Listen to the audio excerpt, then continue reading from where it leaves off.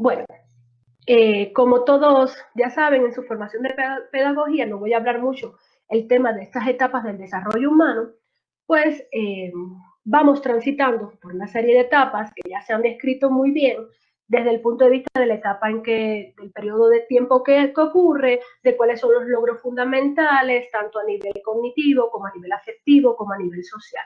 Pero estamos hablando de que la madurez del cerebro se alcanza aproximadamente a los 20 años, aunque ya les dije que hay estudios que señalan que es hasta los 30. Entonces, podemos decir que una persona está cognitivamente preparada para afrontar todos los retos que le plantea su medio ambiente entre los 20 y los 30 años, que precisamente coincide con lo que sería etapa de la juventud, etapa adulta, ¿de acuerdo? Depende de la concepción en que ustedes le miren. Esta madurez se va desarrollando desde el momento en que el niño está en estado de gestación, en estado embrionario, perdón. Entonces, esto de acá realmente no quiero que se aprendan, se los quiero enseñar. Una de las cuestiones, Elma, no sé qué imagen no ves bien. Aclárame eso, ¿en cuál de las diapos? Ahorita estoy en la 8.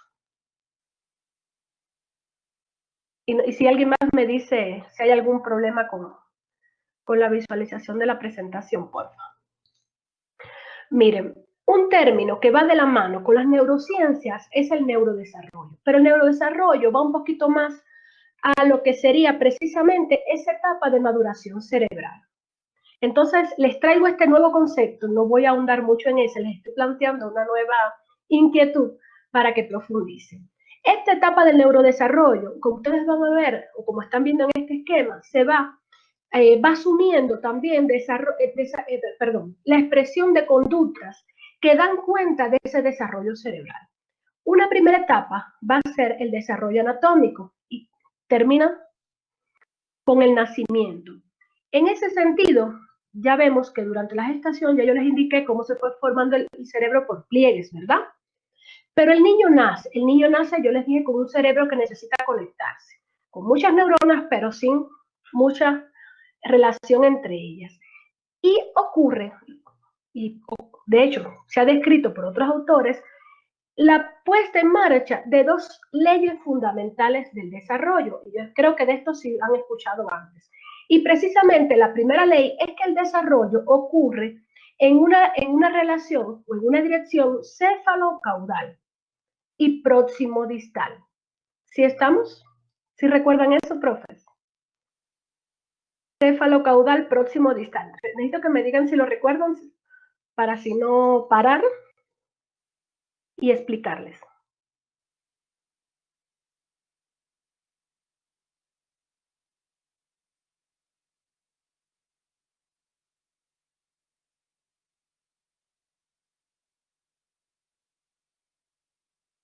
Ya. A ver, entonces voy a hacer unos dibujos. Bueno, los que han sido estudiantes míos saben que soy fatal para los dibujos, profe, les pido mucha comprensión. Voy a hacer mi mejor esfuerzo, ¿sí? A ver, vamos a imaginar que esto es una persona. ¿Ya? Mucha imaginación, por favor. Ya les dije.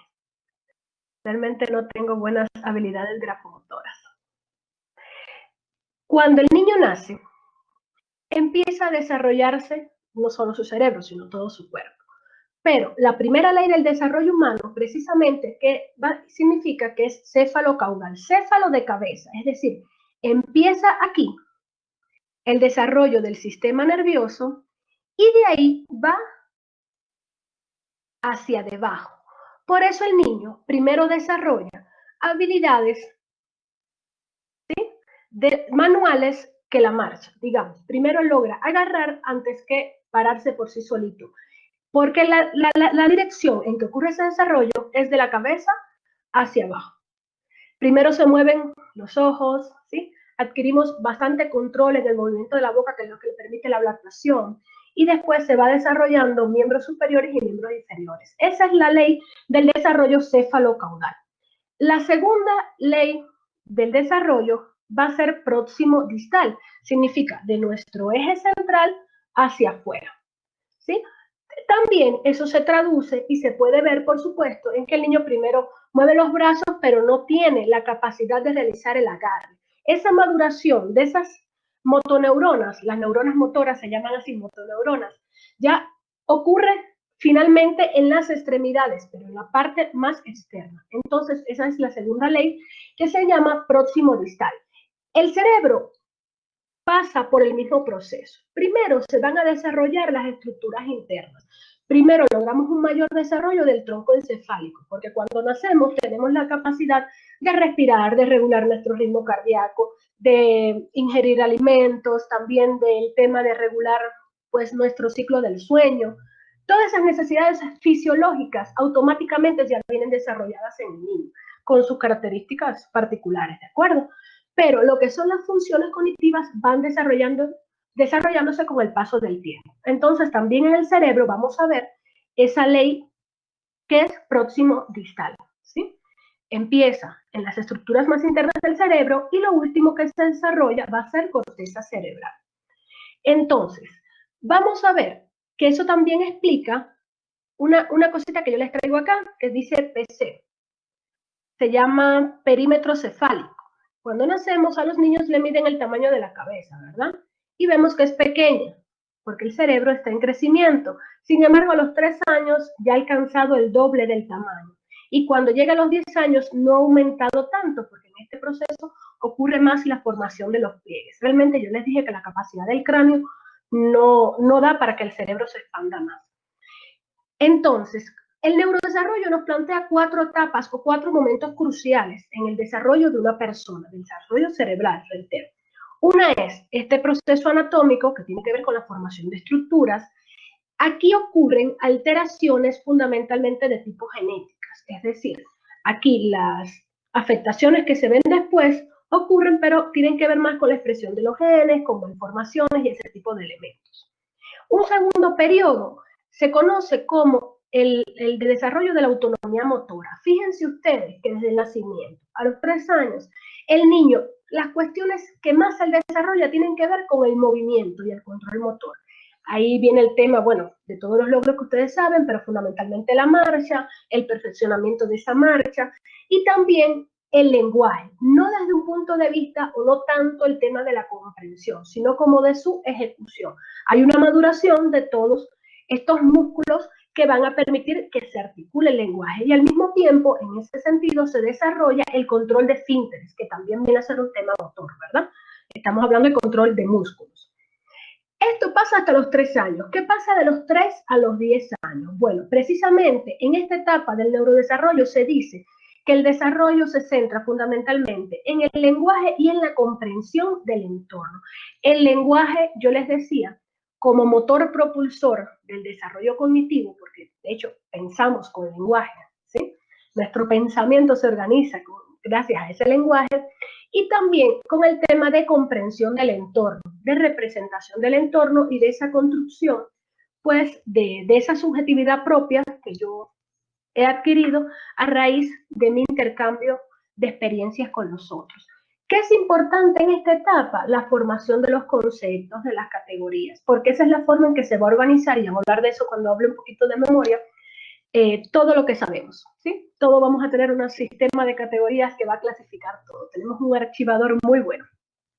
Bueno, de los 10 hasta los 20, 30 años, ya fundamentalmente el desarrollo es más hacia esos procesos cognitivos que apuntan al desarrollo social. Y ahí les dice el esquema, identidad personal. Tiene que ver con quién soy, identificar mis propias emociones, también identificar pues las emociones en el otro, el saber relacionarme. Ya es un desarrollo más, menos tangible desde el punto de vista cognitivo, porque hay una mayor influencia del desarrollo de las emociones y la motivación, ¿de acuerdo? Esto solo, ya les digo, les quería mostrar, les quiero indicar, no entra en contradicción ni con la teoría del desarrollo de Piaget ni con la de Vygotsky. Es una concepción desde la neurociencia, ¿sí? Y que tome en cuenta precisamente estos momentos que yo les hablaba de establecimiento de conexiones nerviosas, también de que hay poda neuronal, que mueren neuronas, y estos son los cortes. Hay una poda neuronal a los 3 años, aquí están, otra a los 10 años, y cuando somos adultos, donde se desecha todo lo que no se usa. ¿Sí? Ya les expliqué eso en la clase anterior. Bueno, entonces, Vamos a ver un esquemita, y profes, quiero que me atiendan muy bien porque les voy a tratar de explicar la génesis de cómo todo esto que estamos viendo de la neurociencia, porque ustedes pueden decir, está un enfoque demasiado biológico, y les acepto, ¿no? El comentario. Pero realmente el órgano donde se sincretiza toda nuestra experiencia con el mundo es el cerebro, y el cerebro es biológico. Entonces significa que todos esos factores emocionales, sociales, a la larga se van a procesar aquí. Por tanto, de ahí viene esa importancia. ¿Qué puede afectar para que haya una alteración en ese proceso de neurodesarrollo? ¿Qué pasa con esos muchachos que tenemos en el aula? Bueno, miren cuántas cosas pueden afectarnos. Vamos a empezar por factores biológicos. Aquí tenemos como meta que el cerebro necesita desarrollarse, ¿sí? Vamos, esa es la gran meta. Queremos que nuestro cerebro se desarrolle, ¿sí? Que adquiera la máxima capacidad en sus funciones. Hay factores biológicos que van a influir y se consideran endógenos, porque algunos son propios o heredados, o exógenos, que vienen del medio. Dentro de los factores endógenos vamos a considerar el tema de la herencia y otros factores epigenéticos que van a traer alteraciones o cambios en esta genética que ya traemos. En los factores exógenos vamos a tener, y de esto hablamos en la clase anterior, pues elementos o factores prenatales, perinatales y postnatales que pueden alterarlo.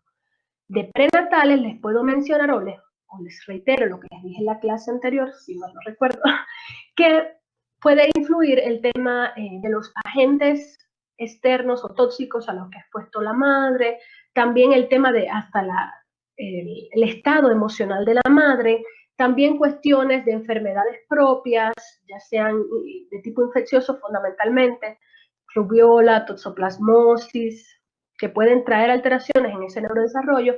Perinatales, aquellos que ocurren al momento de nacer, fundamentalmente relacionados con complicaciones que causan pues, falta de oxígeno en el cerebro, una hipoxia cerebral. Siempre es bueno, profes, revisar el Apgar. No sé si alguno sabe algo del Apgar.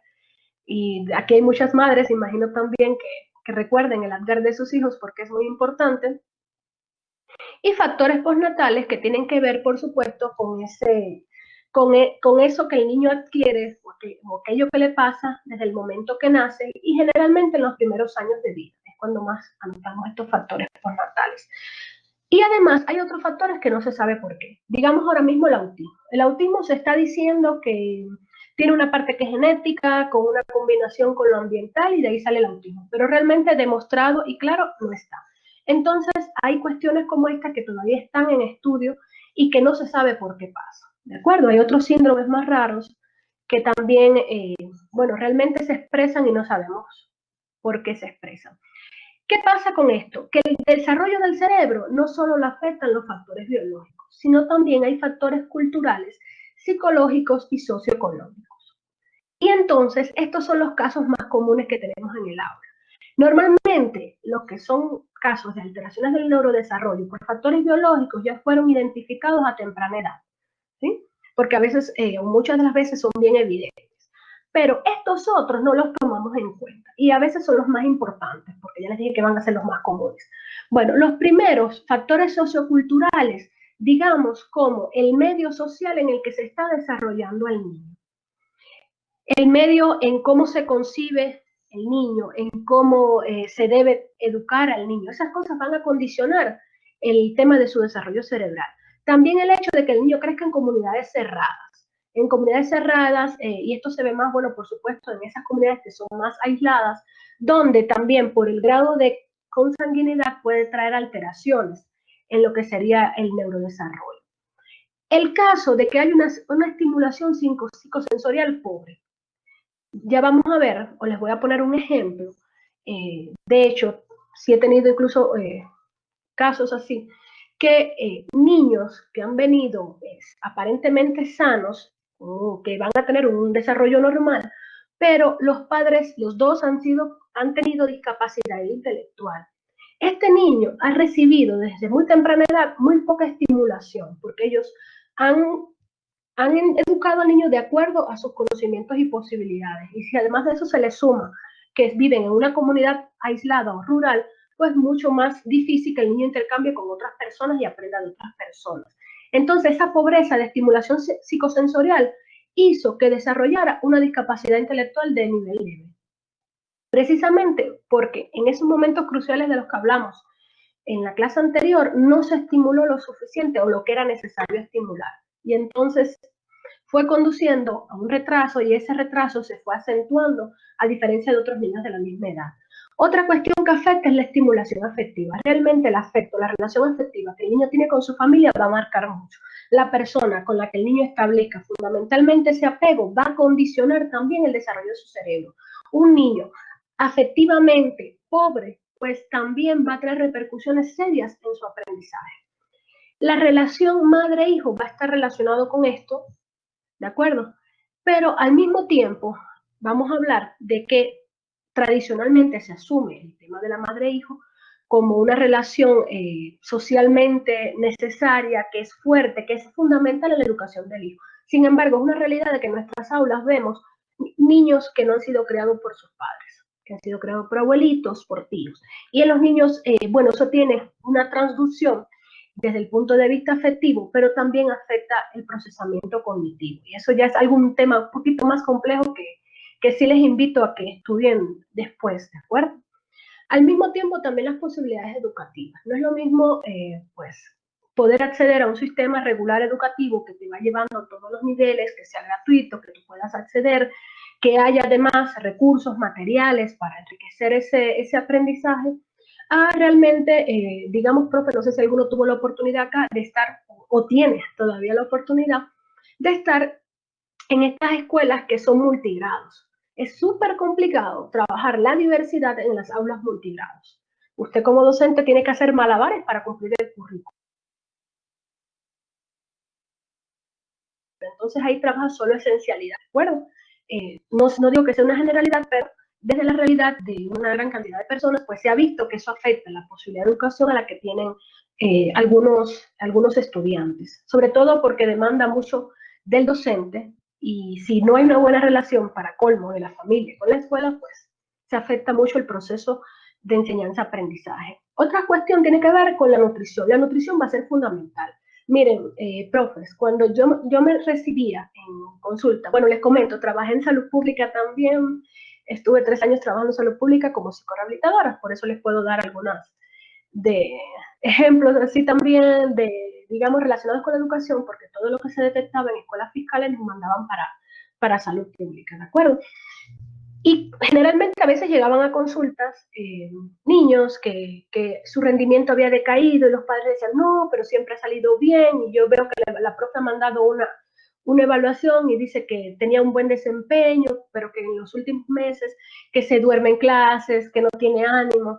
Entonces, yo decía, pero antes de evaluarle, antes de hacerle cualquier cosa desde el punto de vista cognitivo, primero que todo tienen que hacerle una prueba de sangre, porque está demostrado que precisamente con un estado anémico, con déficit de nutrientes, pues va a traer las mismas, digamos, indicios de dificultades de aprendizaje.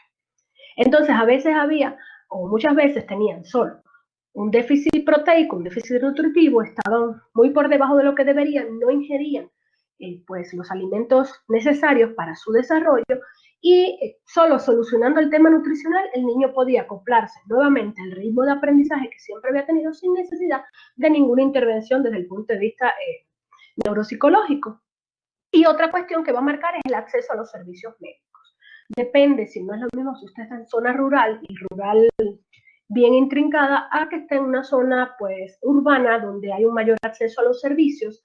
Digamos, imagínense que esta cuestión va a afectar, y ven que tiene una flechita para acá, a los factores biológicos y exógenos, porque, digamos, si una señora se pone en labor de parto y pues la asistencia médica está muy lejos, en el camino pueden ocurrir ya sean partos en el domicilio, partos incluso en el medio de transportación, que va a hacer que haya factores como que no se pince oportunamente el cordón, que no haya un buen manejo, y de ahí pues todo va a estar afectando. Bueno, este es el esquemita, espero que me hayan entendido. La cuestión es que es un órgano muy sensible que muchas cosas pueden afectarlo y que lo único que lo salva es lo que ustedes ya entregaron en clases de tarea, ¿verdad? La plasticidad, su propia capacidad de reorganizarse, de reestructurarse, de regenerarse, es lo que hace que, pese a que todo haya pasado, que haya muchas cuestiones de estas que estén afectando a nuestro niño, aún así pueda recuperarse y volver a su ritmo de desarrollo, ¿sí? Espero que les sea útil, la van a tener igual la diapositiva, la tienen para poder revisarla una vez que terminemos el momento sincrónico. Bueno, entonces por ahí hablamos de que el neurodesarrollo va a permitir, o es el proceso mediante el cual se va desarrollando el cerebro va adquiriendo esa madurez y es lo que hace que se desarrolle la cognición. La cognición es un acto, el acto de conocer, ¿sí? Y precisamente, ¿cómo logramos conocer? Bueno, recepcionando información, procesándola, almacenándola, ejecutando alguna conducta. Por tanto, dentro de cognición vamos a englobar procesos cognitivos. La cognición se produce por el funcionamiento de los procesos cognitivos. Los procesos cognitivos que entran en funcionamiento desde el momento en que usted capta un estímulo del medio hasta el momento en que ejecuta una respuesta a ese estímulo. Vamos a ver entonces que dentro de esos procesos cognitivos vamos a situar muchísimos de ellos, de hecho hay otros más, depende desde cada teoría en que usted asuma, como la atención, memoria, lenguaje, aprendizaje también como un proceso cognitivo, percepción, pensamiento, aquí también podemos hablar de emociones, de sentimientos, de motivación, y todo esto va a estar influyendo en el aprendizaje. Todo esto es lo que hace posible que podamos aprender. ¿Por qué es que son tan importantes? Bueno, estos funcionan de manera autónoma desde el momento en que nacemos. Nuestro cerebro, a su nivel y ritmo de maduración, desde que nacemos o desde antes, de hecho, está recepcionando información. Está recepcionándola, está procesándola también a su nivel y capacidad, ¿de acuerdo? Marta, muy interesante tu pregunta, ya te voy a responder, ¿sí? Entonces, realmente lo que marca o determina una instancia superior en la capacidad del aprendizaje va a ser el término de conciencia. Y yo me vi en la obligación, aunque pierda tiempo de otras explicaciones, de detenerme un ratito en conciencia. Como ustedes saben, la palabra, de hecho, filogenéticamente pertenece a todas las ciencias de manera en sí, pero sale desde la filosofía. Pero más que todo, de manera general o en el argot popular, lo entendemos como el conocimiento que tenemos de ser nosotros y del entorno en el que estamos.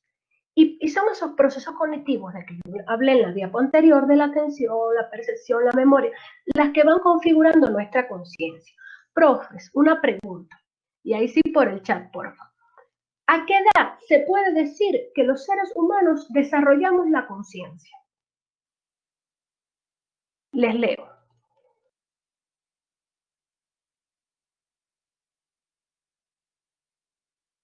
La capacidad va a ser, recuerden, el conocimiento de mí mismo y de mi entorno. ¿A qué edad?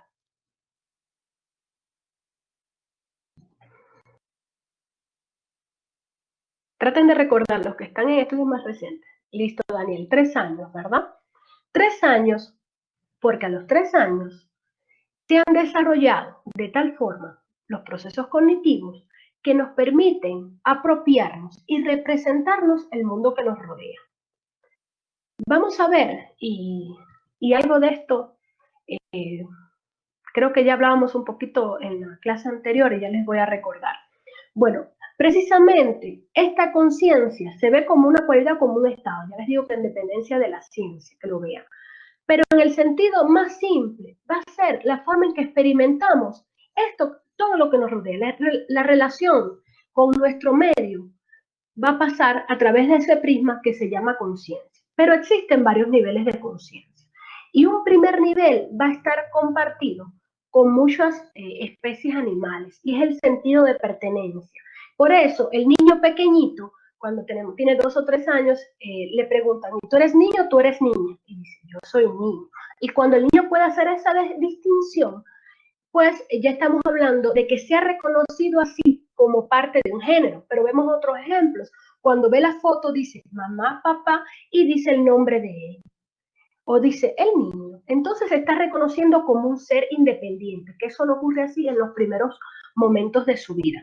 Pero como yo les decía, ese sentido de pertenencia, pues compartimos con otros especies, ¿de acuerdo? Pero se va desarrollando en esa primera etapa y es fundamental para que pueda ocurrir ese segundo nivel de desarrollo. Y es el conocimiento de uno mismo y ese es el que generalmente pues tomamos a partir de los 3 años, ¿de acuerdo? En donde vamos a decir, bueno, yo soy así, puedo ya como que describirme, representarme a mí mismo entre los otros. Y la forma superior va a ser la autoconciencia, ¿de acuerdo? Y esa es la que realmente nos distingue, pues, de las otras especies de animales. Porque la autoconciencia significa mi capacidad para yo poder, aquí dice inferir, pero para yo poder identificar, evaluar, ¿de acuerdo? Tomar decisiones sobre esa relación que yo estoy estableciendo con mi medio. Cuando somos pequeñitos simplemente reaccionamos al medio. Cuando ya hemos alcanzado una madurez cerebral y tenemos desarrollada nuestra conciencia, somos capaces de anticiparnos al medio y también de generar, pues, cambios en ese medio en el que estamos. Ya no somos sujetos pasivos a reaccionar, ¿de acuerdo? Y esto tenemos que tomar en cuenta a la hora de trabajar con nuestros estudiantes, sobre todo en la edad en que se esté, es decir, que tenga ese grupo con el que estamos trabajando. ¿Por qué hablé de conciencia? Bueno, precisamente porque quiero hablar de metacognición. Esto no está muy profundo en lo que sería el desarrollo de este curso, porque ya les dije que realmente es un tema grande, es un tema que merece un curso solito, ¿no? Pero sé que hay algunos compañeros que me han escrito, por lo menos en el foro de presentación, que les interesaba mucho el tema de la metacognición. Y la metacognición implica un acto de conciencia explícita. Entonces significa que para yo lograr o desarrollar la metacognición, yo tengo que haber desarrollado esa conciencia en nivel superior que yo les estaba mostrando acá, esa autoconciencia. Cuando yo desarrollo la autoconciencia, puedo entonces hablar de que ejerzo o aplico la metacognición. Yo conscientemente controlo lo que sé, lo que pienso y cómo funcionan mis procesos cognitivos. Eso se puede demostrar con varios ejercicios. Profe, realmente yo les prometí solo 1 hora de encuentro sincrónico, por eso voy a tratar de ajustarme al tiempo. Pero pueden hacer ejercicios, digamos, si a la hora de aprender un número, ¿sí? Yo les doy un número telefónico, pueden hacer la prueba en la casa ustedes, y dicen, bueno, y yo les pregunto, ¿cómo lograste memorizarlo?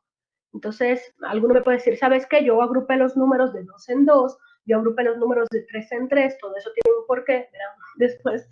Pero esa fue la estrategia que yo usé. Entonces, usted pudo verbalizar su proceso cognitivo para poder desarrollar esa tarea. El hecho de poder verbalizarlo habla del desarrollo de la metacognición, porque de esa forma significa que usted puede desarrollar estrategias para aprender.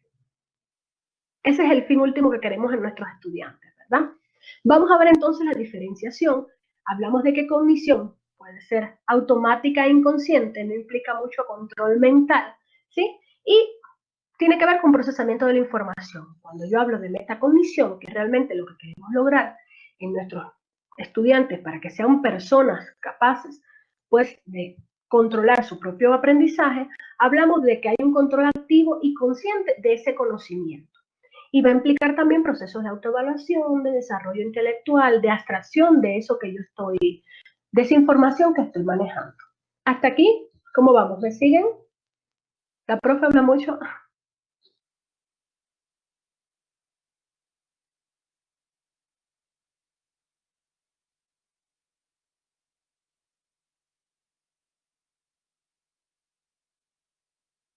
Gracias.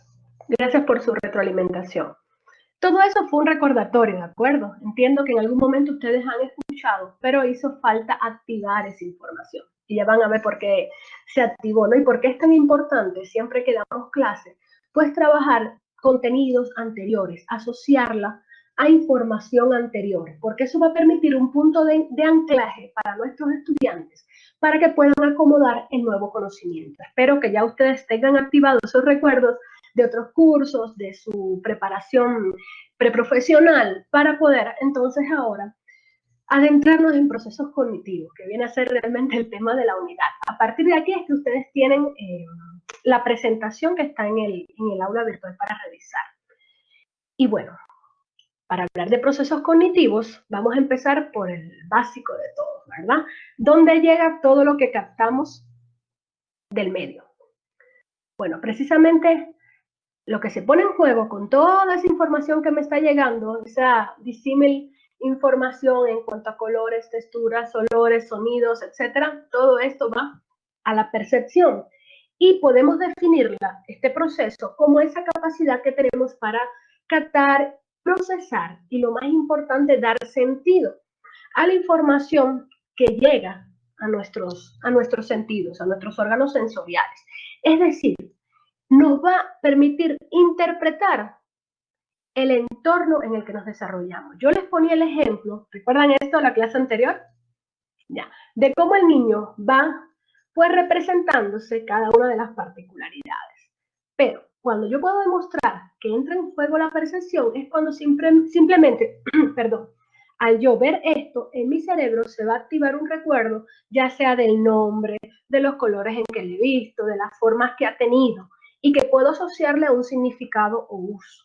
Entonces, en la percepción va a ser el órgano en que va a ver todas las características que yo puedo captar y lo va a integrar. Y va a representar esto en mi mente y va a permitir, mediante un enlace que tiene con la memoria, traer información. Eso es un marcador desde el momento en que lo veo. Porque ya lo he procesado y solo tuve que reconocerlo y darle un sentido. Estímulos aislados que no les doy sentido no quedan almacenados. ¿De acuerdo? Entonces, para lograr aprender algo, lo primero que tiene que tener es un sentido. Y eso es una de las notas que quiero que se lleven importante. Todo aprendizaje que demos a nuestros estudiantes, si le damos un sentido para que él pueda integrarlo, estructurarlo, va a ser mucho mejor. Desde un punto de vista, bueno, fisiológico, acá hay una descripción de las zonas y todas esas cosas. Ustedes se lo leen como estudio independiente, ¿de acuerdo?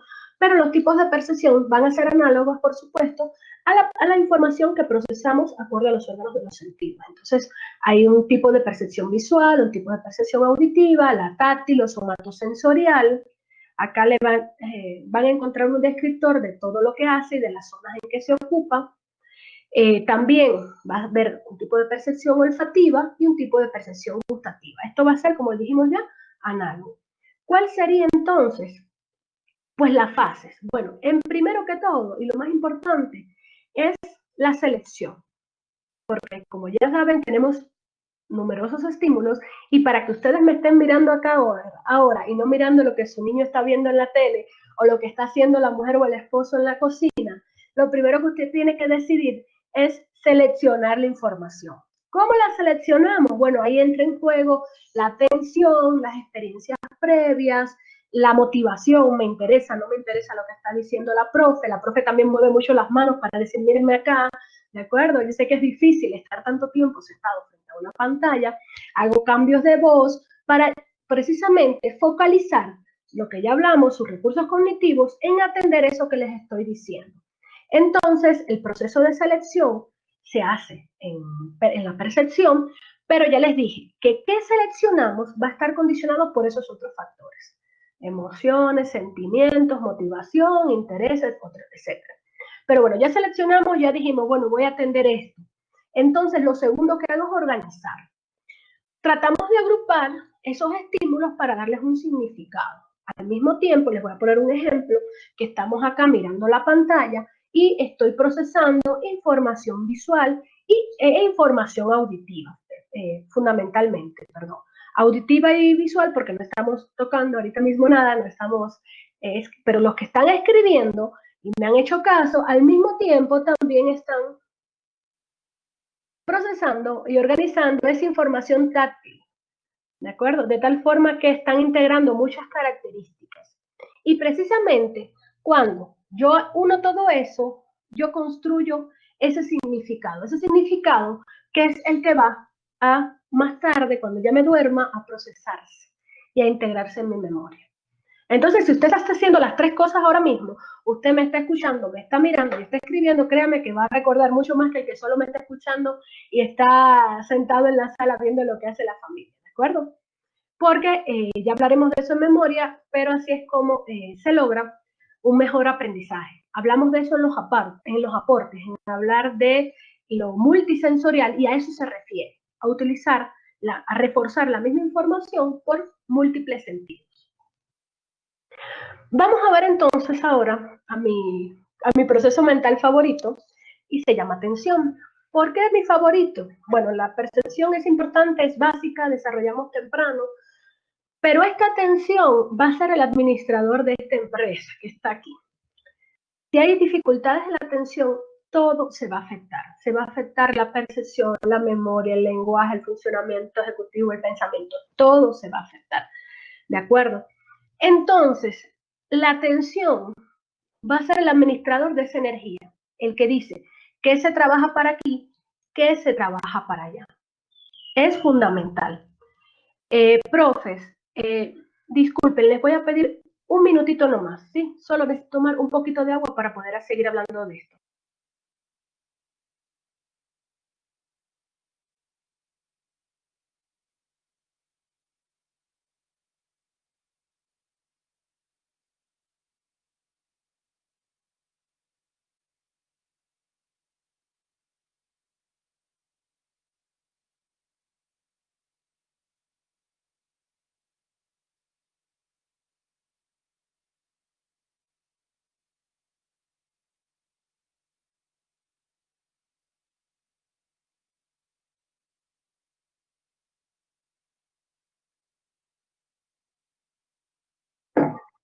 Perdón, ahora sí puedo seguir hablando. Ya me sentía que me quedaba sin voz. Bueno, les hablaba de atención. Espero que hayan podido descansar, aunque sea medio minuto, pues, de toda esta avalancha de información que les estoy dando. La atención dice en qué nos centramos, qué nos interesa ahora mismo y también hacia dónde tenemos que orientarnos y qué procesos van a entrar en juego, ¿sí? Y esto lo van a entender un poquito más en lo que sería esta diapositiva. Aquí les habla de varios tipos de atención y que ustedes la tienen que haber visto muchas veces, sobre todo en expresión en sus estudiantes o en ustedes mismos. La más fisiológica, digamos, la más biológica que tenemos es la atención arousal. Precisamente hace referencia a ese nivel de activación y de alerta que tenemos los seres humanos. Como saben, el cerebro realmente nunca descansa. Incluso hasta dormidos, si sentimos algo en nuestra piel, si escuchamos algún tipo de ruido o la voz de alguna persona, si de pronto se prende una luz, nos despertamos. Y es la atención la que lanza esa función de activación, de prendido al cerebro. Ella está todo el tiempo pendiente de lo que sucede en el medio. Cuando estamos en estado de reposo o adormitados, pues precisamente entra a un nivel de funcionamiento bajo, por eso se necesitan estímulos más fuertes para llamar la atención, ¿no? Y despertar el cerebro, por decirlo de alguna forma, para ponerlo a trabajar. Pero realmente siempre está funcionando. Incluso cuando tenemos pesadillas, también si son muy fuertes, pues tendemos a despertarnos. Ya les decía que esta es más fisiológica. Al mismo tiempo les puedo decir como datos curiosos que, por supuesto, no tenemos un nivel óptimo de atención arousal todo el día. Hay momentos del día que nuestra capacidad de atención a los estímulos está más alta que en otros momentos, ¿de acuerdo? Digamos, y ahí es importante identificarlos para nosotros mismos, pues cuando estamos más activos desde el punto de vista cognitivo, si en la mañana, si en la tarde, si en la noche, sobre todo para utilizar ese conocimiento de nosotros mismos a la hora de realizar actividades que demandan un gran esfuerzo cognitivo, ¿de acuerdo? De ahí hablemos entonces, bueno, de atención focalizada, precisamente va a ser una de las primeras que tenemos que desarrollar y nos va a permitir enfocar nuestros procesos cognitivos a ese aprendizaje y tiene que ver con esa capacidad que yo tengo para centrarme en solo un estímulo, ¿sí? En que tengo acá, en que tengo mi teléfono al lado, pero no lo he mirado porque tengo que atender esto. Entonces, esa capacidad vamos a irla desarrollando, vamos a irla perfeccionando, pero al mismo tiempo también tenemos que irla entrenando, conscientemente sobre todo. En los niños pequeños, los profes de inicial que nos están acompañando, les invito a que mientras mayor sea el trabajo que le hacemos, a esa atención, pues más tiempo el niño puede mantenerla y al mismo tiempo va a ser más fácil para los profes posteriores, pues en el aula desarrollar actividades. Entendamos que por la poca capacidad de esa madurez cerebral que ya les hablé, los niños pequeños su atención no pueden concentrarla mucho tiempo. Estamos hablando, y por eso decimos que, digamos, en educación inicial ninguna actividad puede durar más de 20 minutos, porque fisiológicamente el cerebro se aburre. De hecho, dicen 20 minutos, pero medio complicado que 20 minutos, aproximadamente unos 10, y yo tengo que cambiar la actividad, tengo que a lo mejor no cambiar a otra actividad, pero sí modificar esa que estoy haciendo, para que el cerebro no caiga en aburrimiento, porque ya saben después lo que hacen los niños. También en primaria, bueno, yo sé que las clases están diseñadas para que sean de 40 minutos, pero de la misma clase tiene que tener varias actividades que se tienen que estar reestructurando, actividades que impliquen moverse, porque el moverse, como ya vieron en los aportes, va a activar el funcionamiento cerebral. También actividades que impliquen el ejercicio o actividades en grupo, el relacionarme con los otros va a hacer que yo aprenda más. Actividades que impliquen también, digamos, el tema de que el niño se ría, de que interactúe. Entonces, esos pequeños descansos o break que yo hago, pues precisamente es lo que va a hacer que su estudiante le siga atendiendo. Si usted está impartiendo un contenido de la misma forma, a un mismo tono de voz, cadente, el niño se va quedando. Los que son más tranquilitos se quedan nomás mirando algo en su pupitre. Los que son más intranquilos o tienen un mayor nivel de actividad, pues enseguida buscan qué hacer, ¿no? Y molestan al de al lado y empiezan a hacer. Entonces, profes, dense cuenta que yo les digo, su capacidad va a estar limitada. ¿Qué tengo yo que hacer yo como docente? Actividades no divertidas, es que vamos a hacer ahora solo juegos, pero sí actividades diferentes, actividades que fundamentalmente utilicen cuestiones de arte, cuestiones que impliquen, ya les decía, el movimiento, y así su estudiante va a estar más conectado y más atento a eso que usted le está diciendo. Otra atención se conoce como la sostenida, y esta tiene mucha relación con la anterior. Recuerden que la focalizada, bueno, yo también creo que he estado hablando de las dos mezcladitas. La focalizada es la capacidad de atender solo algo. Y la sostenida tiene que ver con ese tiempo que yo les decía que soy capaz de estar atendiendo solo eso. Entonces, esta realmente demanda mucho esfuerzo cognitivo y todos esos cambios, imagínense que va, y el juego entre las dos, en atender solo eso por mucho tiempo, va a demandar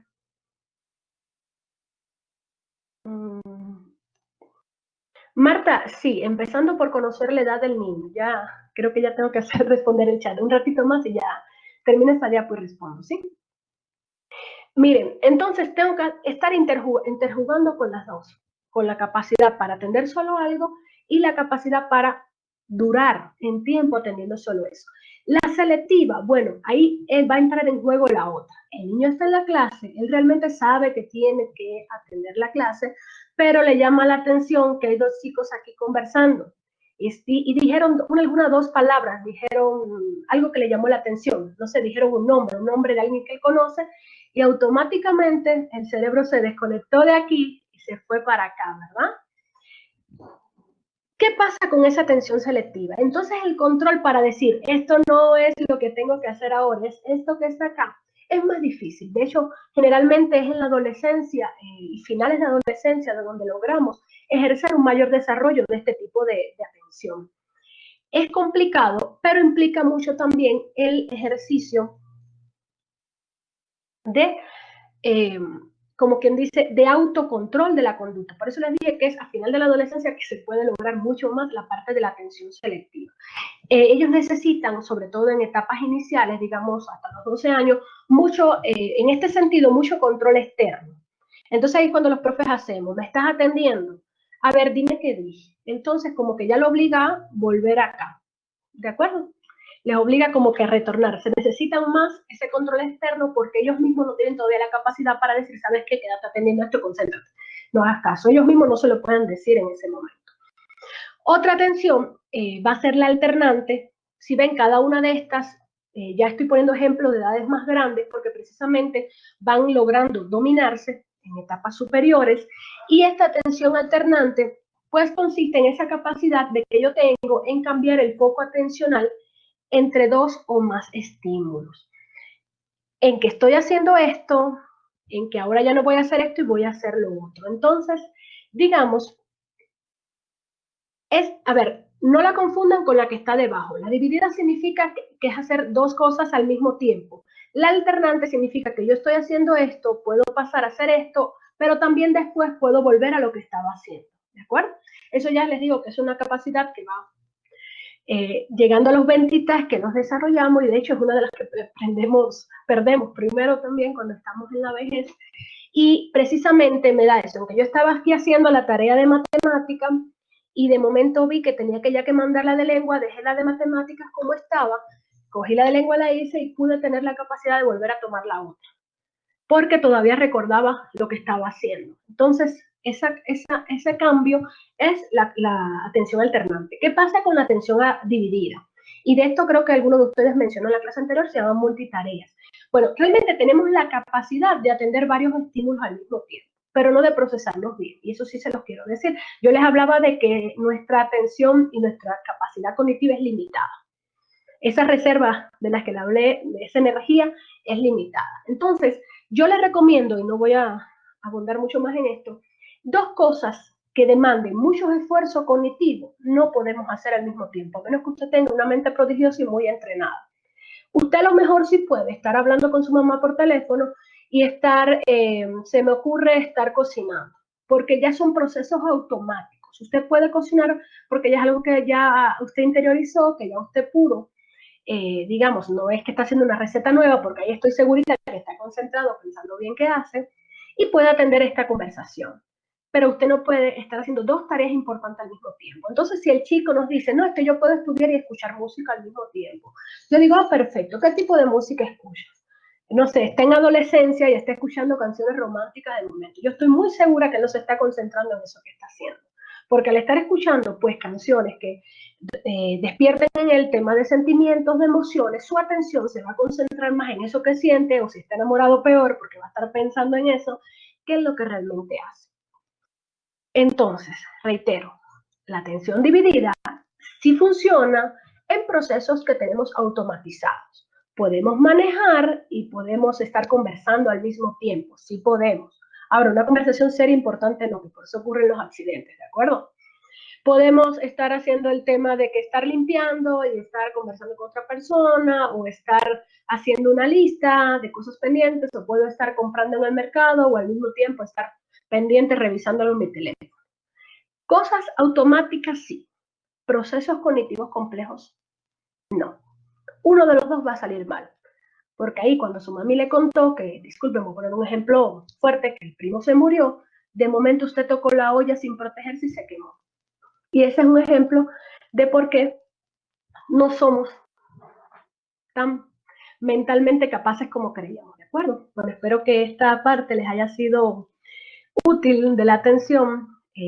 Me queda un minuto de la clase, no sé, entiendo, no tienen que quedarse, profes, porque realmente solo tienen que estar una hora, así está diseñado, pero yo les decía que el tema es muy complejo. Los que deseen pueden quedarse, voy a tratar de terminar lo más rápido posible. No, pese a que hablo muy rápido, no logro hacerlo más rápido de lo que estoy haciendo actualmente.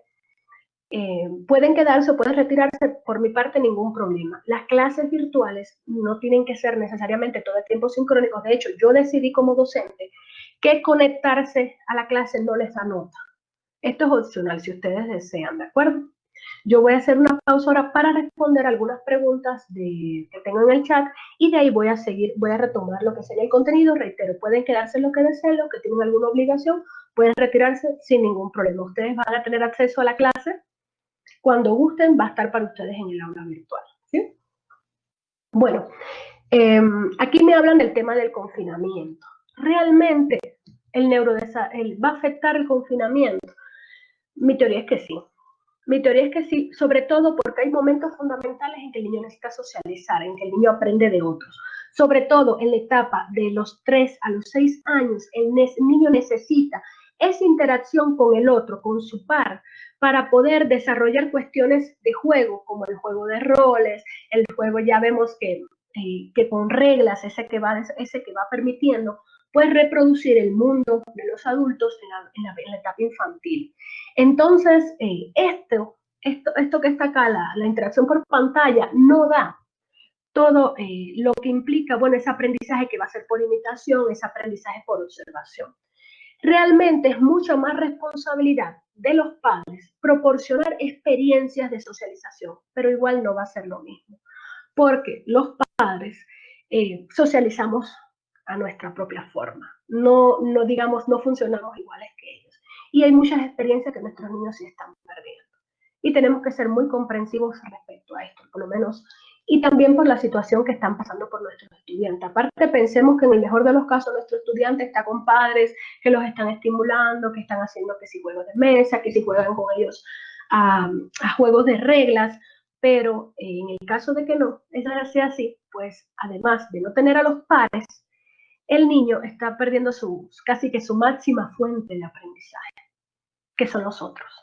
Entonces, vamos a ver si que traiga alteraciones al nivel de desarrollo cerebral, eso ya es diferente, porque ya hablamos de plasticidad y hablamos de que si no es por mucho tiempo, todo aquí no ha pasado nada, ¿no? Todo se recupera.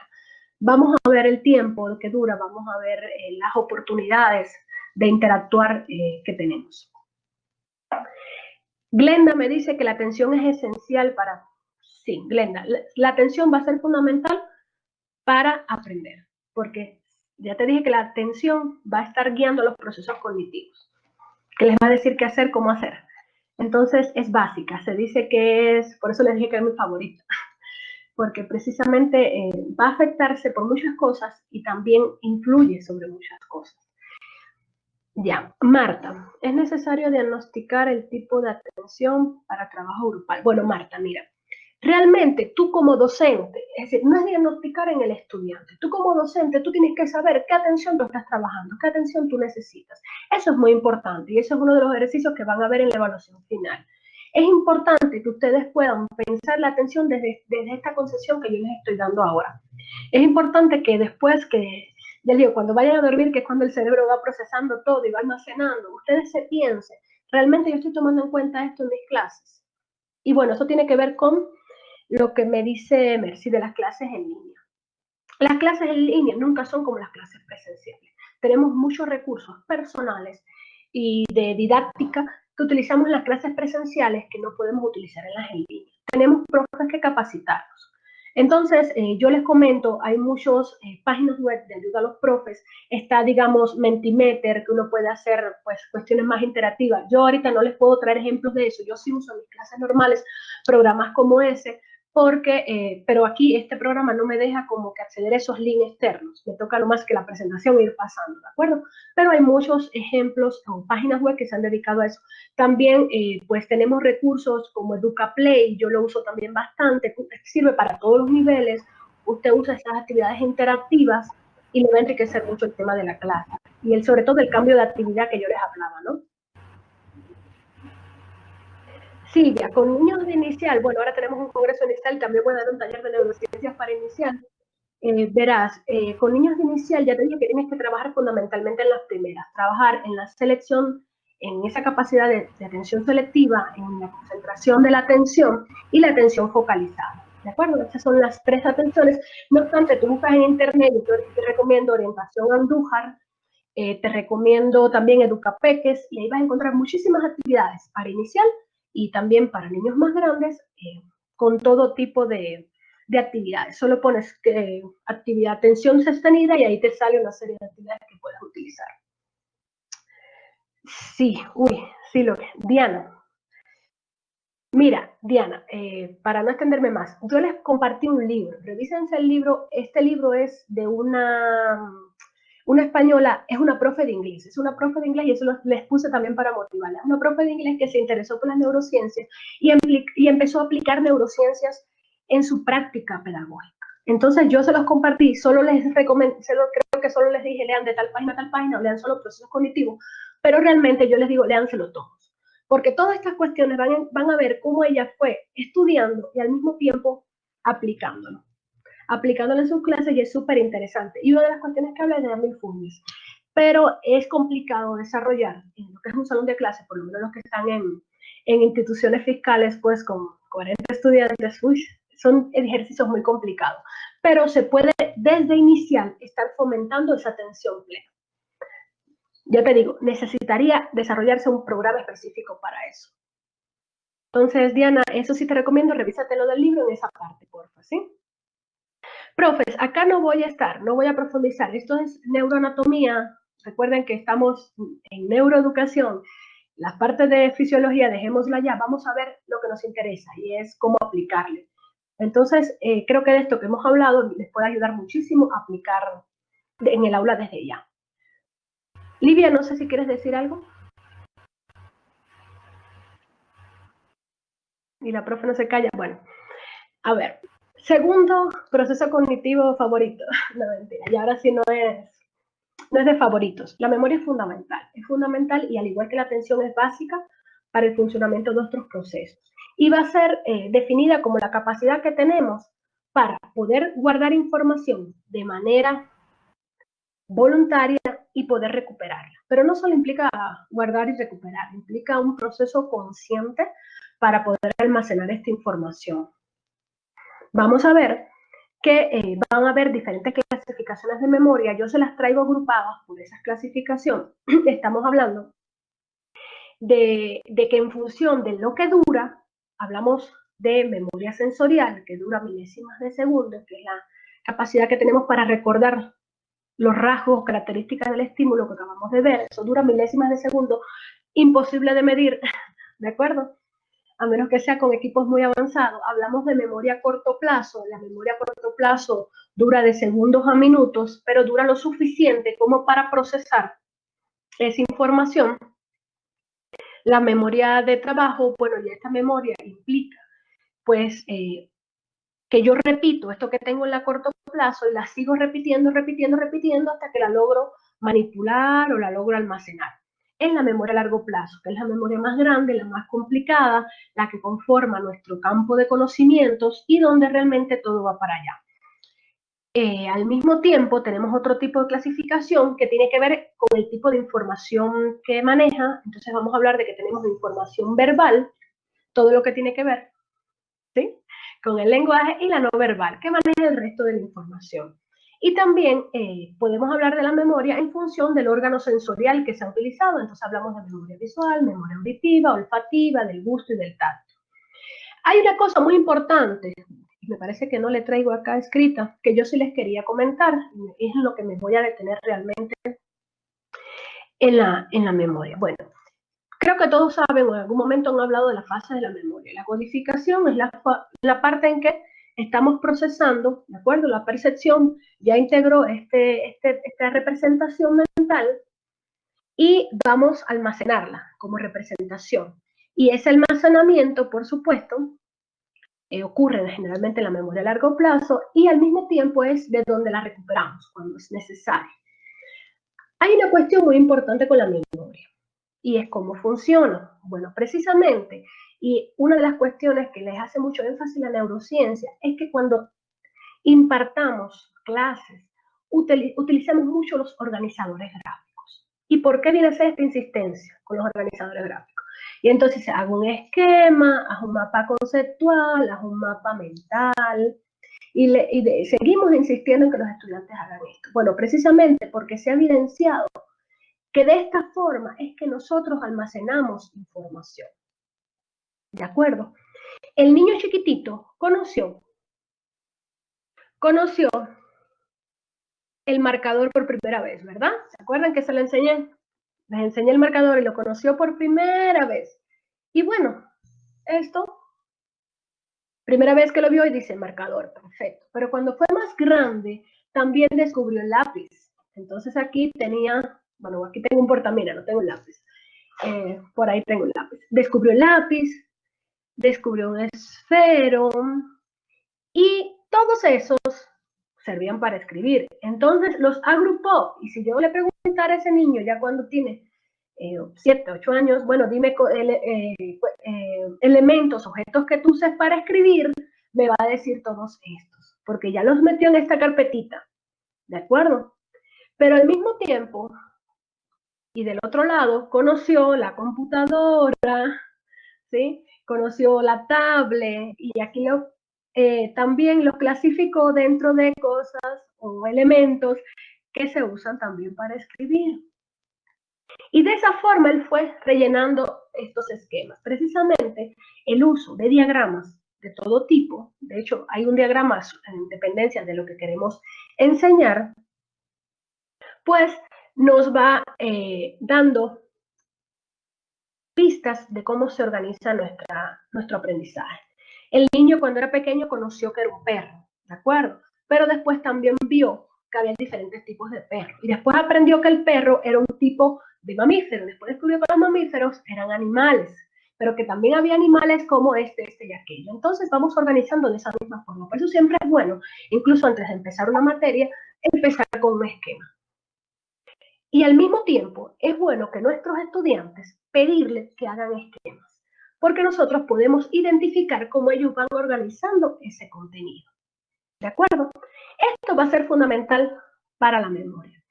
Además de eso, hay una cosa muy importante y se llama priming. En inglés no tiene traducción específica al español, pero se conoce como huella de memoria. Cuando damos o nos exponemos una información por primera vez, hay una comunicación entre neuronas, ¿de acuerdo? Se crea una ruta con esa información. Si yo solo escuché la información esa vez, esta ruta se va a borrar. Pero digamos, esto que yo estoy escuchando ahora de la memoria, yo además de eso lo leí en un artículo del Facebook y me recordé de lo que escuché en la clase. Entonces esta ruta se volvió a utilizar. O además de eso, ¿sabes qué le comenté? ¿Sabes que no fuiste a la clase del jueves, no? Bueno, ¿sabes que dijeron esto y aquello? Y yo hablé de eso y la ruta se volvió a utilizar. Y si además de eso me tocó después hacer un trabajo de esto, una tarea, pues volví a utilizar la ruta. ¿Qué pasó con la ruta? La ruta se reforzó, la huella está fuerte, la información está almacenada en un lugar y hay varias formas de recuperarla. A lo mejor en 6 meses yo no me acuerdo de qué fue lo que dijo la profe en esa clase, pero me acuerdo de que conversé con mi amigo o me acuerdo de la tarea que hice y acordarme de eso va a hacer que se active toda la información asociada a ella, es decir, el contenido. La repetición es vital, no la repetición mecánica, reitero, ¿sí? No estamos hablando de estrategias de memorización. Estamos hablando de activar la huella en nuestro cerebro, de activar la ruta que yo uso para aprender esa información. Entonces te estoy poniendo varios ejemplos, te estoy poniendo ejemplos de que una vez lo escuché, otra vez lo leí, otra vez lo conversé. Entonces la misma información yo la estoy manipulando y manejando en diferentes contextos y por diferentes vías. Y eso hace que la huella sea fuerte. Por eso, digamos, a lo mejor cuando yo les preguntaba algo, muchos se quedaban, yo sé que yo vi eso, pero ¿cuándo? ¿Dónde? Sí, yo me acuerdo que yo estudié eso, pero yo no me acuerdo cuál es la respuesta. Sin embargo, si escuchaban que yo daba alguna otra explicación, enseguida, ah, sí, verdad, cuando yo estaba en tal año, en tal materia, vi algo de eso. Esa es la huella de memoria, así es como funciona. Si queremos que nuestros estudiantes pues tengan un aprendizaje duradero, yo voy a reforzar la información por diferentes formas. No la misma, ¿de acuerdo? No es repetir verdaderamente esto, no.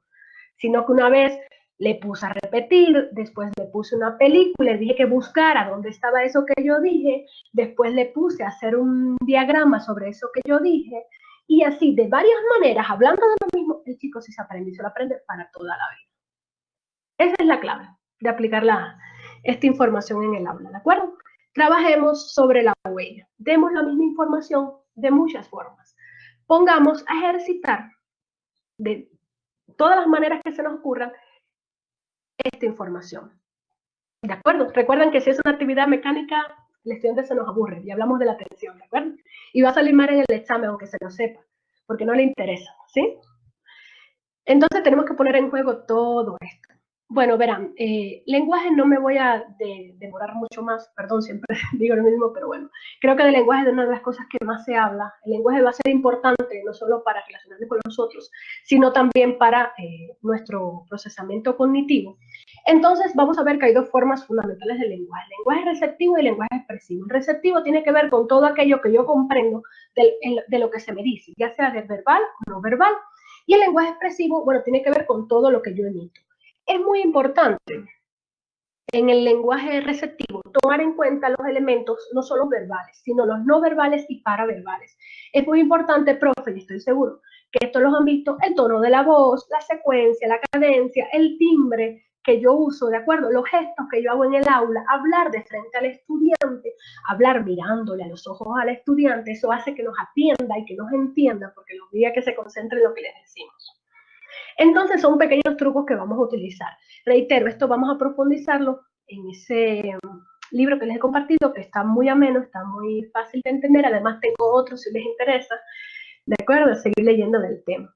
Este lenguaje expresivo, bueno, viene más con ese desarrollo de capacidad de transmitir un mensaje y se va a estar desarrollando desde temprana edad. Yo les tengo aquí un esquemita para que ustedes vean cómo todo entra en juego en el lenguaje.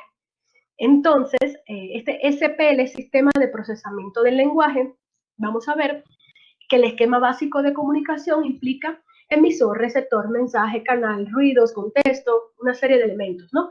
Vamos a ver que tenemos una persona con una afectividad X transmitiendo un lenguaje con sus propias representaciones y procesos mentales y que activan una respuesta motora. Entonces, cuando yo voy a decir algo, lo primero que yo hago es recuperar información. ¿Qué quiero decir, verdad? Y después de esto, bueno, se activa en este sistema de procesamiento del lenguaje una serie de estructuras que me dice qué quiero decir, qué palabras voy a usar, cómo las voy a organizar, en qué contexto las voy a decir, una serie de elementos mucho más profundos. Eso ahí les espero para el próximo curso, me escriben nomás qué temas les interesaría en futuro para educación continua, pero realmente el lenguaje lleva en sí casi que un cursito, ¿no? Para él solito, porque es muy grande. ¿Qué pasa cuando ya tengo organizado todo el mensaje? Bueno, se activa el sistema práctico. El sistema práctico es el ejecutor, el que dice cuáles son los movimientos que yo tengo que hacer. Y esta orden se construye en nuestro cerebro y se manda al sistema motor, que empieza a hacer todos estos movimientos para que yo pueda emitir el mensaje, ¿sí? Vamos a tomar en cuenta el canal, sobre todo ahora en estas clases virtuales. Es importante el manejo del canal, cuál es, si funciona o no funciona, cuáles son sus fortalezas y debilidades también. Y este mensaje llega a un receptor que al mismo tiempo va a recibir la información por sus canales sensoriales, va a integrarla en su sistema perceptivo y cuando diga no, son palabras o es comunicación, pues le manda a ese sistema de procesamiento del lenguaje y bueno, ahí se ponen en juego y se activan los conceptos, los conocimientos previos, pero como pueden ver, aquí sigue mediando la afectividad. Entonces, realmente ese estado anímico, emocional, tanto del que dice como del que recibe, va a condicionar muchas veces este proceso de comunicación y también de cómo se procesa. ¿De acuerdo? Incluso la interpretación que le damos al mensaje va a depender de esa afectividad. Entonces no se dejen dominar por la afectividad y también sepan controlar su afectividad. No me detengo más, voy a seguir. ¿De acuerdo? En estas cuestiones quiero que después se las lean, tienen que ver con los diferentes componentes del lenguaje, en algún momento ya las dieron, revisarán nomás. Pensamiento va a ser, digamos, uno de los procesos superiores, cumbres, pues de nuestro procesamiento cognitivo. Vamos a ver que todo va a pasar por él, más que todo porque es lo que nos da la capacidad de razonar, de tomar decisiones. Esto va a tener mucha relación con otro proceso que ya vamos a ver más adelante. Aquí yo les he referido operaciones básicas del pensamiento. Reitero, esto creo que no es un tema nuevo. Les pido la revisen, profundicen, pero esta es la forma en que nosotros analizamos, aprendemos nueva información. ¿Cómo la manipulamos? Va a estar aquí. Entonces, porfa, les pido que se revisen la diapo. Al mismo tiempo les traigo un ejemplo de todos los tipos de pensamiento. Cada tipo tiene sus particularidades. En algún momento usamos uno u otro o podemos tener más desarrollados uno u otro. Les invito ahí sí que hagan una investigación sobre estos tipos de pensamientos, ¿sí? Hay bastante que están definidos. Al mismo tiempo hay un tema muy interesante que se llaman distorsiones del pensamiento. Les invito a que las revisen, porque eso también va a condicionar muchas de la forma en que ustedes interpretan el mundo y las cuestiones que les están pasando. Bueno, funciones ejecutivas. Verán, las funciones ejecutivas es un concepto relativamente nuevo, pero que ha tomado mucha fuerza, sobre todo en la educación, porque está muy involucrada con el tema del aprendizaje. Las funciones ejecutivas viene a ser como el director de la orquesta. Entonces, este director de la orquesta, de la mano con la atención, pues nos va a permitir establecer, mantener, coordinar nuestras conductas, corregirlas. ¿Qué yo quiero que sí sepan de la función ejecutiva? Bueno, es uno de los últimos procesos que se desarrolla. Los niños pequeños no tienen desarrollado funciones ejecutivas, tienen indicios de funciones ejecutivas, pero no tienen desarrollado.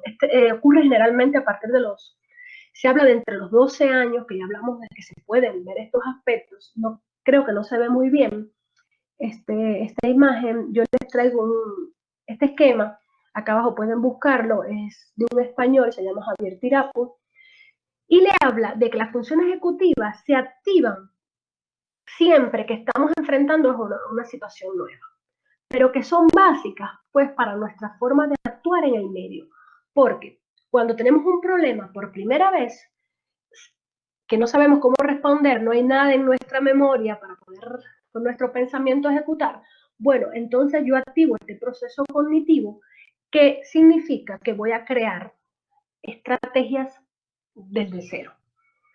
Un ejemplo hipotético y muy acorde con la situación, me quedo sin trabajo, pero primera vez en mi vida que yo me quedo sin trabajo. Y yo he visto otras personas, pero a mí nunca me ha pasado. ¿Y qué hago ahora? Bueno, entonces, voy a trazar una serie de estrategias. En el cerebro enseguida empiezan a generarse bueno, si usted se sienta en la depresión, por supuesto no va a generar nada. Usted va a estar concentrado en vivir su negatividad, ¿de acuerdo? Pero si usted dice, ¿y ahora qué yo hago para salir de esto? Y empieza a crear, bueno, es que entra en juego estas funciones ejecutivas. Entonces dice, bueno, yo podría para eso hacer esto y una serie de cosas muy largas, muy largas. El sistema cognitivo va a seleccionar cuáles son aquellas que considera más alcanzables, más factibles, y le va a dar un orden jerárquico. Y en función de esto se va a seleccionar una opción. Bueno, lo primero que voy a hacer, se me ocurre es que voy a actualizar toda mi hoja de vida, ¿ya? Y planifico, bueno, ¿qué tengo que hacer? Bueno, tengo que empezar a recuperar todos los papeles de los cursos, tengo que empezar pues a preguntar a personas cómo se hace, me voy a entrar a un programa nuevo para hacer algo bien llamativo, ¿de acuerdo? Y pongo en prueba eso. Digo, bueno, creo que haciendo esto sí voy a poder cumplir esa tarea que me puse de actualizar mi hoja de vida. Y ejecuto la acción. Y yo compruebo también, con el funcionamiento ejecutivo, que eso que yo hice es acorde a lo que yo me había planificado. Y si esto no me funcionó, entonces vuelvo para atrás y empiezan de nuevo los procesos a crear nuevas opciones. Esto tiene que ver mucho con la flexibilidad cognitiva. Es la capacidad que usted tiene para generar muchas opciones de respuesta a un mismo problema, por decirlo de alguna forma. ¿De acuerdo? Entonces va a ser súper importante. Por eso los adolescentes no lo tienen tan desarrollado, por eso no pueden regular tanto su conducta en función de sus necesidades, sus metas. Ellos son más impulsivos, son más dependientes o solo reaccionan a eso que está pasando. Sin embargo, el proceso de analizar cómo yo voy a responder a esa situación que es nueva, que es diferente para mí, es lo que implica el uso de funciones ejecutivas y lo que nos da cuenta de una mayor madurez cerebral. Mientras mayor flexibilidad cognitiva significa que tenemos un mejor procesamiento ejecutivo. ¿De acuerdo? Mientras usted siempre esté generando nuevas opciones y nuevas opciones válidas, reitero, si no caemos en pensamiento mágico casi, pues si son opciones válidas, si usted sigue generando opciones, significa que su procesamiento ejecutivo está muy bueno y que por tanto le va a permitir, y alguna de ellas también va a permitir, por supuesto, que usted pueda salir de ese problema. Entonces, función ejecutiva va a estar relacionado a la resolución de problemas nuevos, ¿de acuerdo? Porque significa que si el problema ya yo lo tuve antes, ya yo hice este proceso antes y ya se almacenó en mi memoria. Y el pensamiento analizó la situación, dijo, es parecida a esta, pues solo voy a hacer lo mismo que ya hice el otro día. ¿Me entendieron, profes? ¿Me siguen? ¿Están cansaditos?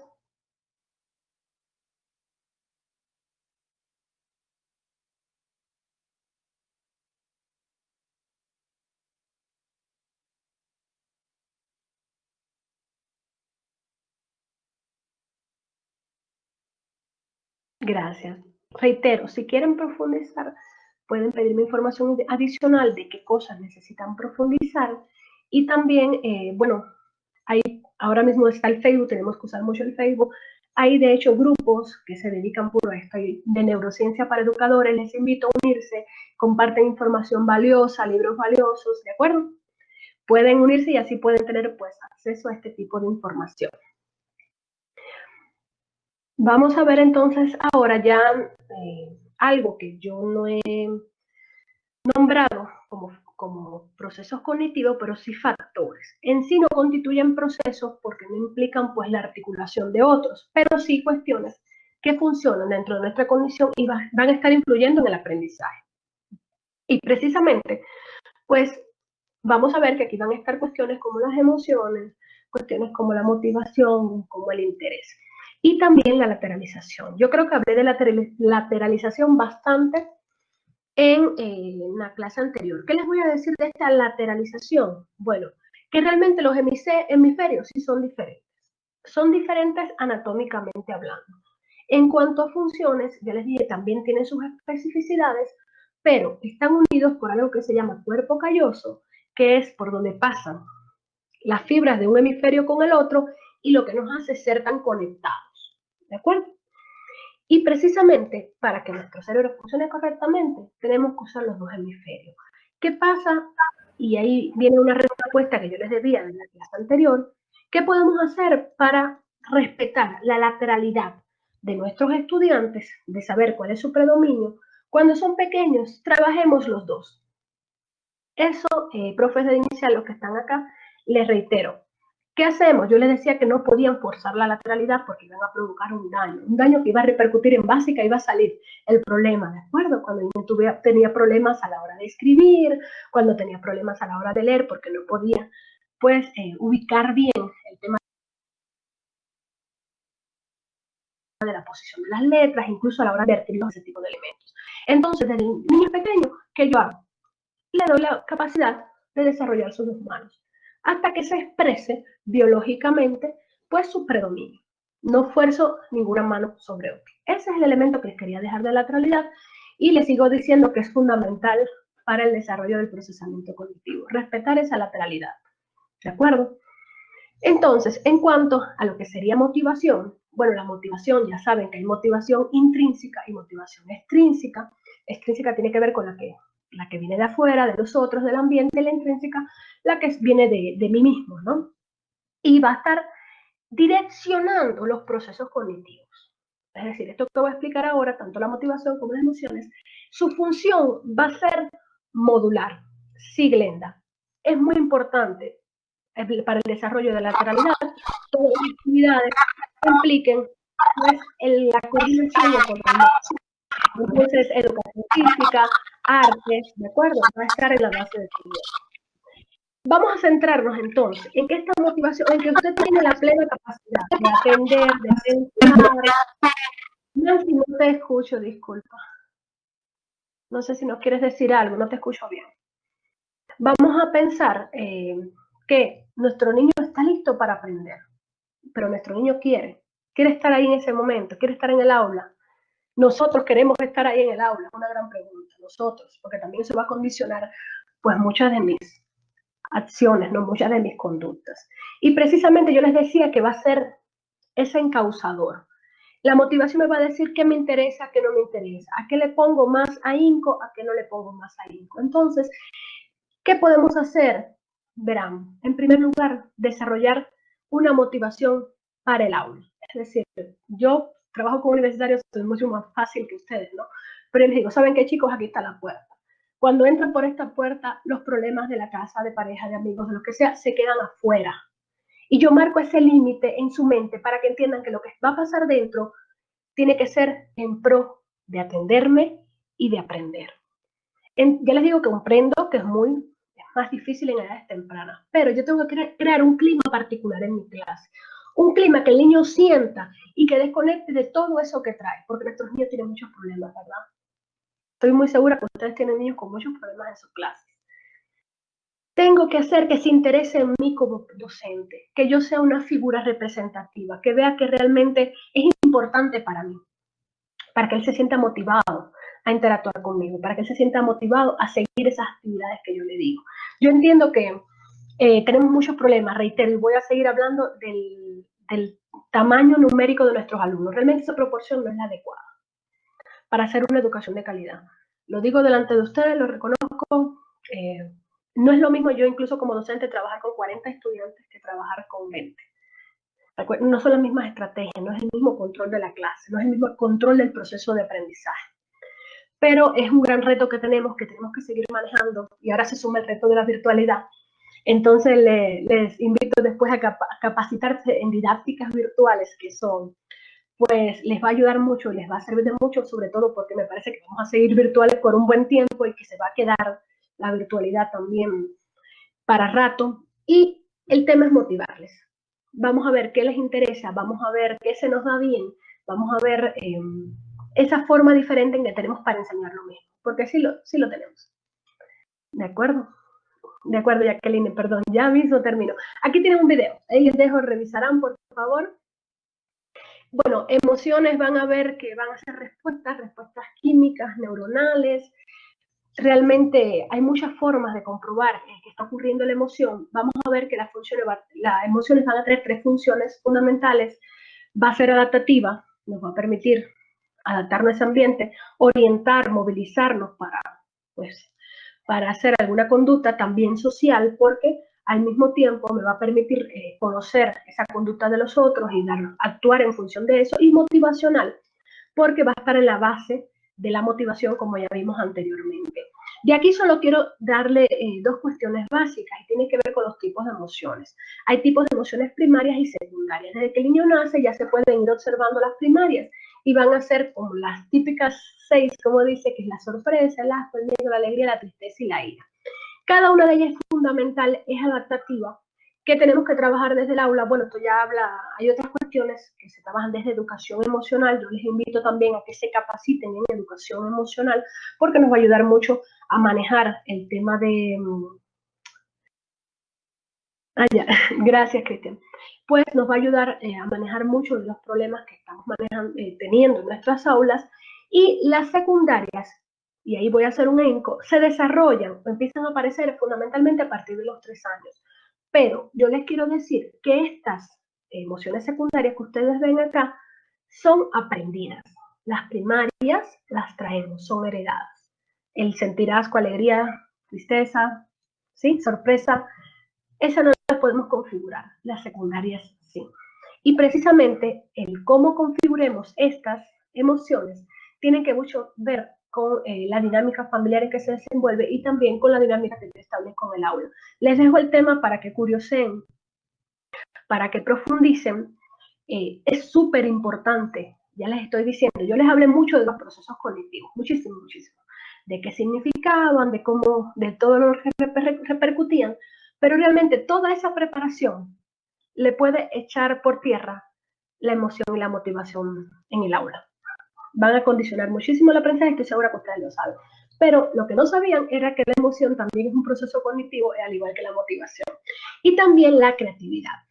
La creatividad es un gran tema también aparte, se habla mucho de creatividad, se ve como un proceso, como un producto y como una cualidad de la misma forma, pero yo les traigo de manera resumida y que tiene que ver relacionado mucho con el pensamiento creativo. ¿Qué tenemos que tener en cuenta para decir que algo es creativo? Bueno, que haya fluidez, que haya realmente una capacidad de nuestro estudiante de generar por sí solo varias ideas, ¿de acuerdo? Que sea original, es decir, no es que lo vi, lo apliqué acá, sino que sea una idea única, que sea flexible, es decir, que pueda adaptarse a los nuevos cambios, las nuevas exigencias de la tarea, y también que esté elaborado, que realmente el estudiante pueda ser capaz de estructurar eso que le ha creado, porque de nada sirve tener una buena idea si no sé cómo ejecutarla. Entonces, estos son 4 elementos fundamentales. Cristian, el habla se trabaja dentro del lenguaje expresivo, pero al mismo tiempo es como una especialidad aparte, ¿verdad? Porque implica muchas veces no solo procesos cognitivos, sino, ya termino, chicos, sino también cuestiones de lo que sería planificación y ejecución motora. No sé la cuestión que me preguntas no está muy clara. No te puedo decir si el habla es un proceso cognitivo hereditario. Te puedo decir que el desarrollo del habla puede estar condicionado por factores hereditarios, ¿de acuerdo? Si quieres alguna pregunta más específica, me la puedes hacer incluso por WhatsApp, no hay ningún problema. ¿Cuál es la gran evaluación? Bueno, todos los módulos tienen un cuestionario de autoevaluación porque significa que usted mismo comprueba su conocimiento. Yo les he activado para que tengan hasta 3 intentos. Todas las actividades hay que hacerlas, profes, porque este curso tenemos como consigna la evaluación sumativa. Entonces, cada una de estas actividades va a ser parte de su nota final, ¿de acuerdo? Van a darse cuenta que si empiezan a sumar por unidades, todas le van a dar el 100, que después es lo que sería la nota final del curso, ¿de acuerdo? Esto se lleva, por supuesto, a 10, ya saben, pero todas son sumativas. Entonces, la fuerte de esta semana es un foro, pero que un foro que les va a implicar seleccionar uno de estos temas que yo les he puesto y relacionarlo con el aprendizaje, centrarse